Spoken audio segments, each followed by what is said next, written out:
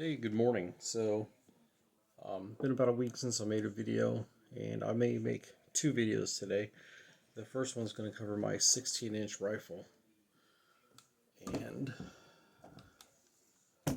nothing really new on this except for I have a Magpul bipod, and so far it's not too bad. I might take it to the range here, if not earlier this week than later this week, and see how it does. I started membership in my range. They have a 600-yard target range. So if I can get this to go to about 400 yards, I'm pretty well satisfied with that.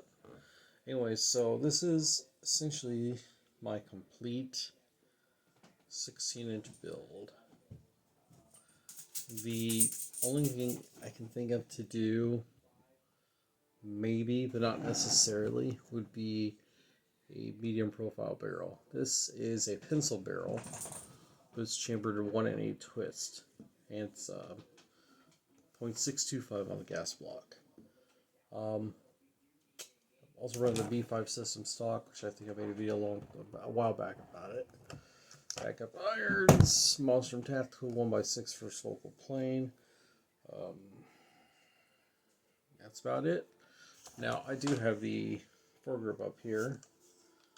I was doing whether or not to include that, but some videos including classic firearms with Clint. He seems to think it's not a bad idea. If it's good enough for Jarhead, it's good enough for Cillian, I guess. Plus you can still do, a little jab there. So yeah, I like it. I do have a complaint though about this, which is you can go from lock to pan on the head if you get the M-lock version. But the problem is you have to, or at least as far as I've done so far, you have to take it off the rail, spin it, adjust it. It's kind of a pain in the ass. This should be a smoother operation to do that. Theoretically, you should be able to loosen the knob here, and you pivot. You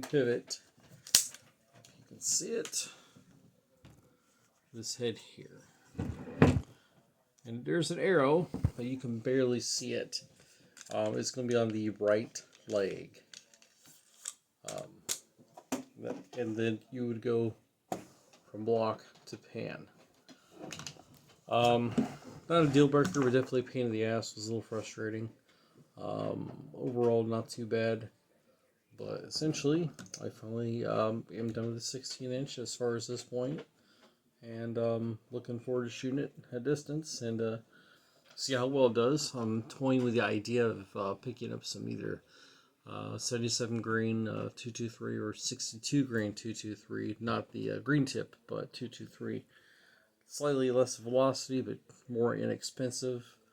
A little more grain mass, so it's all at this point theoretical. So my ammo selection will be the next thing to change up as far as this goes. I'll probably zero it in for. I'm leaning towards 62 grain 223. We'll go from there. I'll probably do some experimenting with the different grain weights and see what works out best. Heck, I might just use standard, 193 ball. That way keep compatibility common amongst everything. Short thing, did the Carbine 1 class, enjoyed it, loved it, awesome. I see my shortcomings on it, but I have room to improve, and I just, really, really awesome. Just a sec. So, got target here. So between 7 yards to 50 yards, all in the A zone, with the exception of this guy here. Problem, though, with the 13.9, I had a misaligned gas block, a misaligned gas tube. So basically it was a bolt action. Pain in the ass. I had a hell of a time trying to get that thing lined up. Had to come back a couple times. Second time I kind of got it working. So far, at least at this point, I'm not really super impressed with the mid-length gas system. It seems to run under gas. You have to use a lighter carbine buffer and a standard or a lighter spring. And I am not liking that idea as far as right now. I may go to the range later today, and because I got a digital electric bore scope, put it down the barrel, saw the gas port lined up.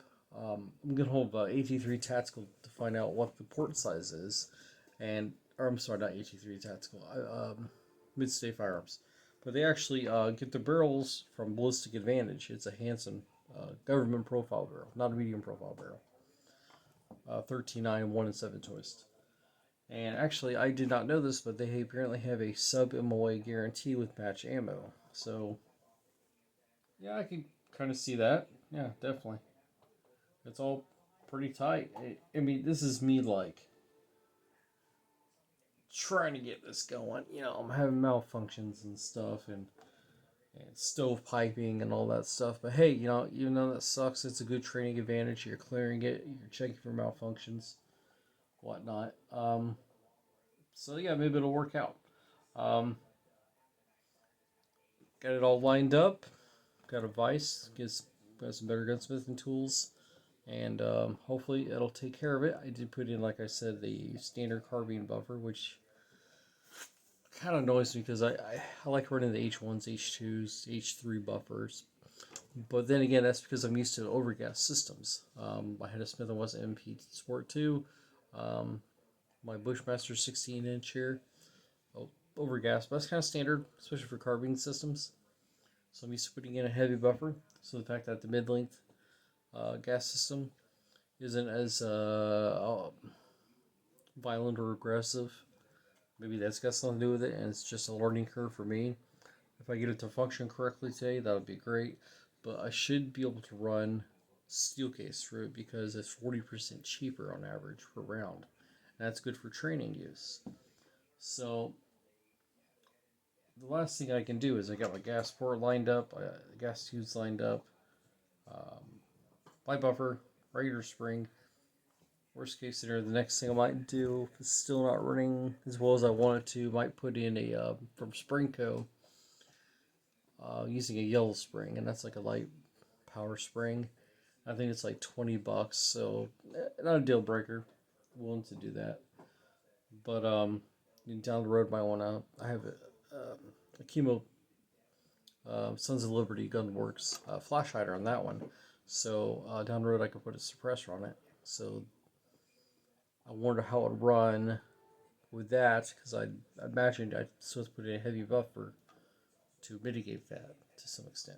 But maybe that's all down the road. So we'll see. But overall, not too bad. Great training class at Briggs Corps.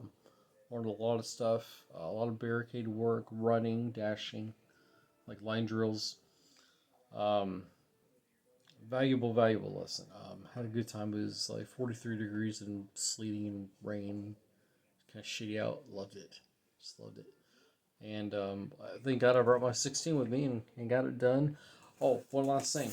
Just ran straight LPVO on that. And that was all within 50 yards. Now, I have it set on my dial here, my throw lever, for it's about 1.5 magnification. It's 1.5, 2, all the way up to 6. And that works pretty well for me because the reticle is larger. That 1 is just so tiny and thin that you can't really make it out that well.